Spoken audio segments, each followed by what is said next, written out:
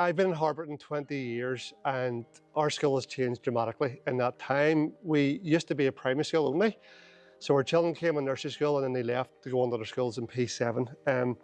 We now have children from the age of 3 up to the age of 18.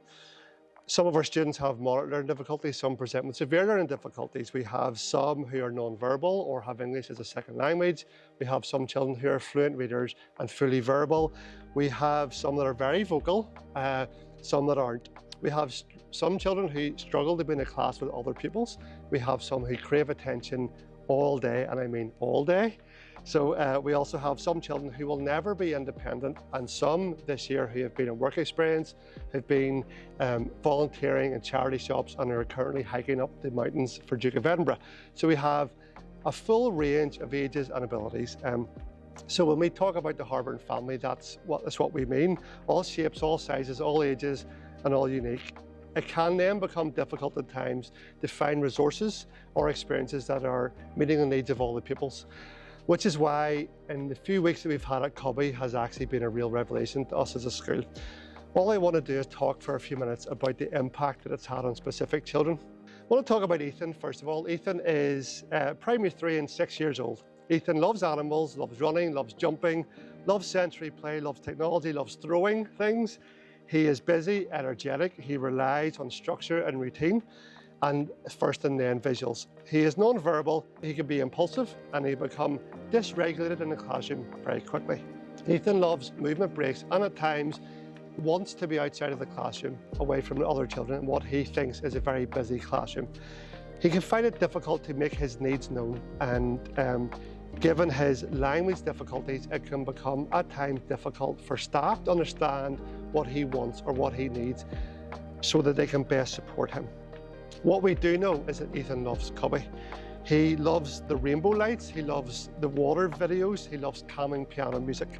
Once the program finishes, Ethan will indicate that he is all done, which is not something he always says. He then exits happily and goes back to class happily.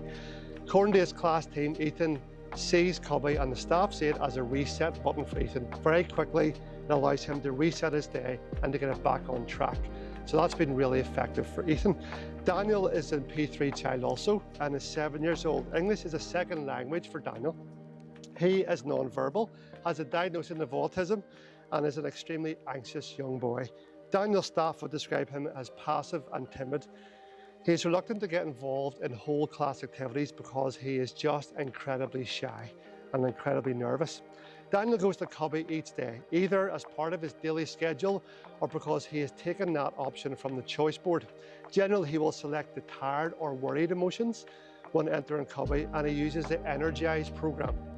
Daniel selects the fireworks video and upbeat music that he then dances and claps to. After leaving Cubby, Daniel appears to be more vocal, happier, more confident going back to the classroom and less nervous. His class team say that after spending time in Cubby, Daniel can concentrate for longer, he can turn take happily and is less shy in the classroom. Tong is 13 years old and she's in year 9. English is a second language also for Tong. She is non-verbal, has a diagnosis of autism, and she finds it hard to regulate and concentrate on tasks for anything more than 2 minutes.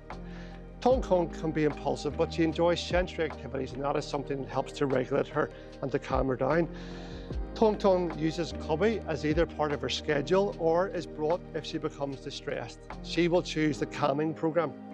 Tong responds to underwater visuals and calming music. When the 10-minute program finishes, Tong would be described as highly regulated. She can now attend more in class. She's more able to learn. Her listening improves. She is then ready to concentrate for more prolonged periods of time. Theo then, this is our 4th student. Theo is 10 years old and is in a primary 6 class. Theo has a diagnosis of complex autism and epilepsy. He is incredibly routine-based and he can become very anxious about even a small adjustment to his routine. He is an excellent mathematician. He loves art, especially the therapeutic elements of art. The things that he enjoys are based on repetition. He feels secure when tasks are highly repetitive, and he finds comfort in that and craves them. Theo has Cubby scheduled for later in the school day. For Theo, the school day is tiring.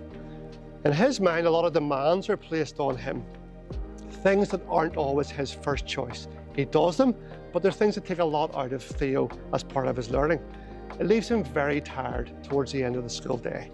And when he's tired, he becomes emotional, as I'm sure we can all identify. Going to Cubby provides him with a quiet and safe space to regulate. Theo chooses the purple lights, fish visuals, and the Japanese garden song, which is very specific, I know. Theo sits and giggles for 15 minutes. And when the programme is on, then he leaves incredibly happy and he stays that way for the rest of the school day. Cubby is now very quickly embedded in our school practice. And its students come and go as part of their school day, or as Megan said, an ad hoc basis, if they want it or they need it.